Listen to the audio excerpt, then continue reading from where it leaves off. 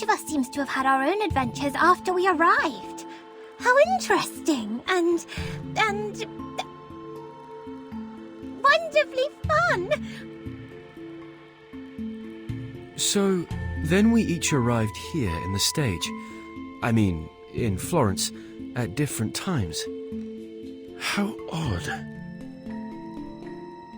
As far as this apple recalls, the instruction book didn't mention anything about that.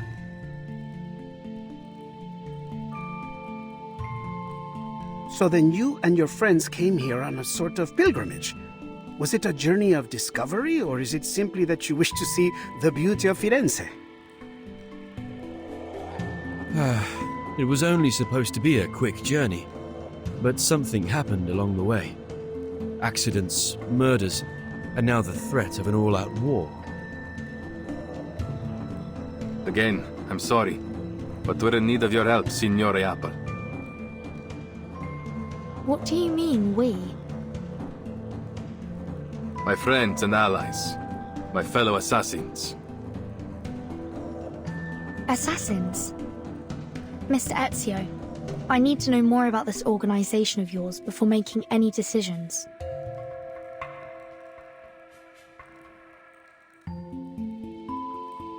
Va bene.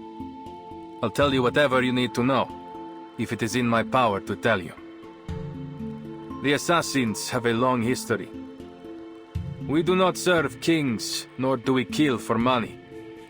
We fight for peace, and for the freedom of mankind.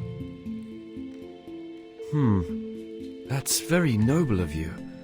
I imagine you face many obstructions to that goal. Am I right that these Templars are one of those obstacles? See, they've long been opposed to us.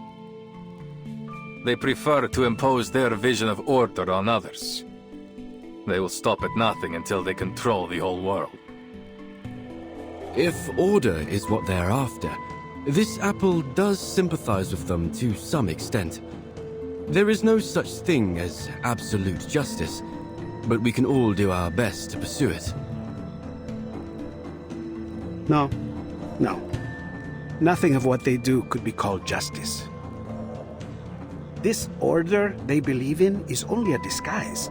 All they truly desire is control. Their rise to power would be the end of freedom. No one would be spared.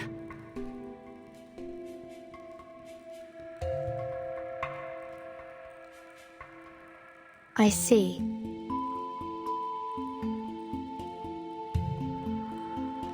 Ask anything of us, we will do it for you.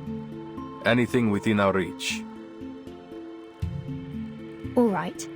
As Mr. Apple is already deeply involved in this. I must admit, I am curious about his change in appearance. Maybe we will find our answer to that in this secret chamber. Grazie, amica. Va bene. Now that we've reached an agreement, allow me to continue studying this manuscript. I've seen this before. Signorina Sotheby only borrowed it for us. We'll have to return it soon, so our time is short. Let's get started and see what clues we can find.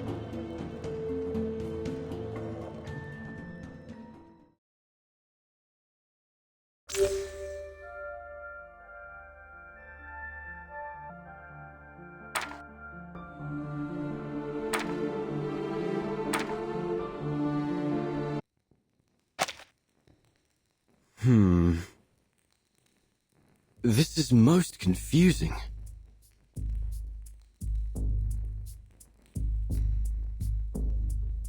Almost every fresco has one of these humanoid symbols, each adopting a different pose. I once read something similar in a detective story. It could be a secret code, used between close friends to encrypt their conversation, like Typhon and Orthrus. Orthrus? You mean this might be an encrypted version of ancient Greek? The grammar doesn't seem to match.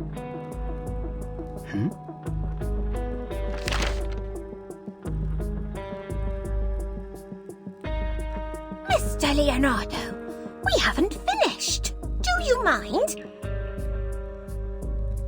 Uccello. It's Paolo Uccello.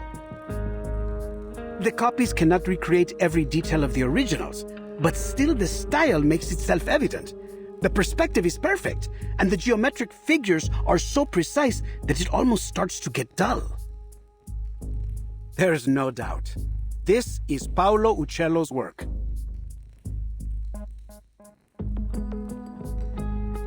What's wrong, Ezio? I know the name. My mother used to be a patron of his. What? I was young when we met. All I remember is that he was a shy man who kept his head low as he worked. He left before what happened to my family. Then we lost touch.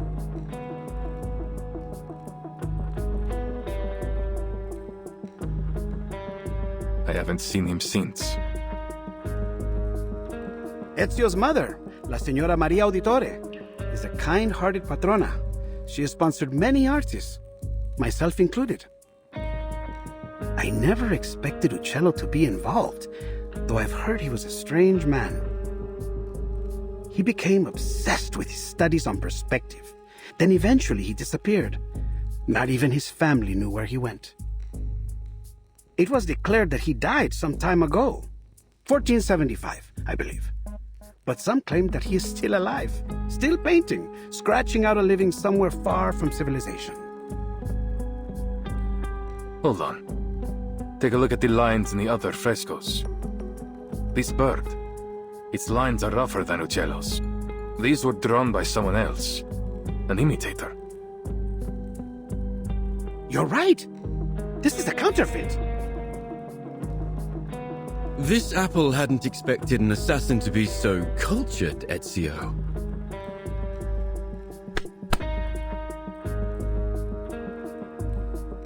Don't be fooled by his rough exterior, Signore.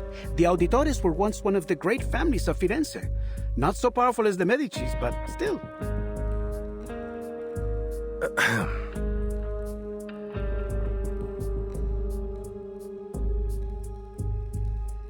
As Leonardo said, my mother has been a patron of many artists, including Uccello. I've seen his work many times on the walls of our home in Monteriggioni. This is...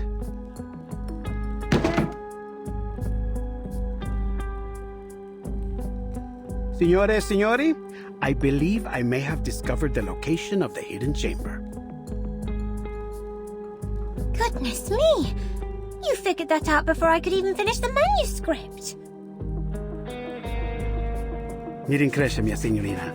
Once I begin, it is hard to stop the mechanisms of my mind.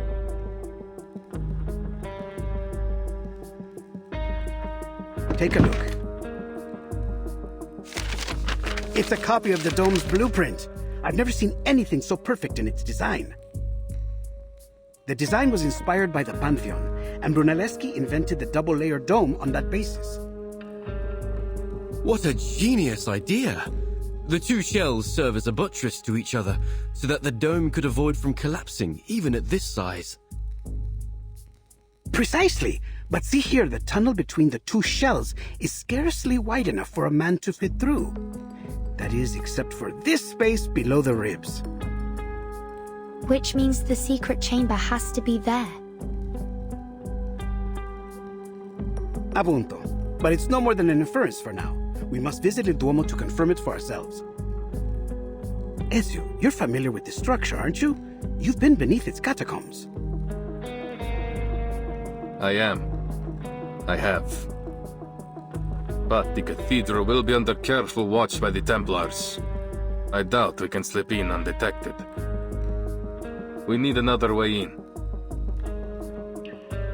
Don't worry. I have already devised a way.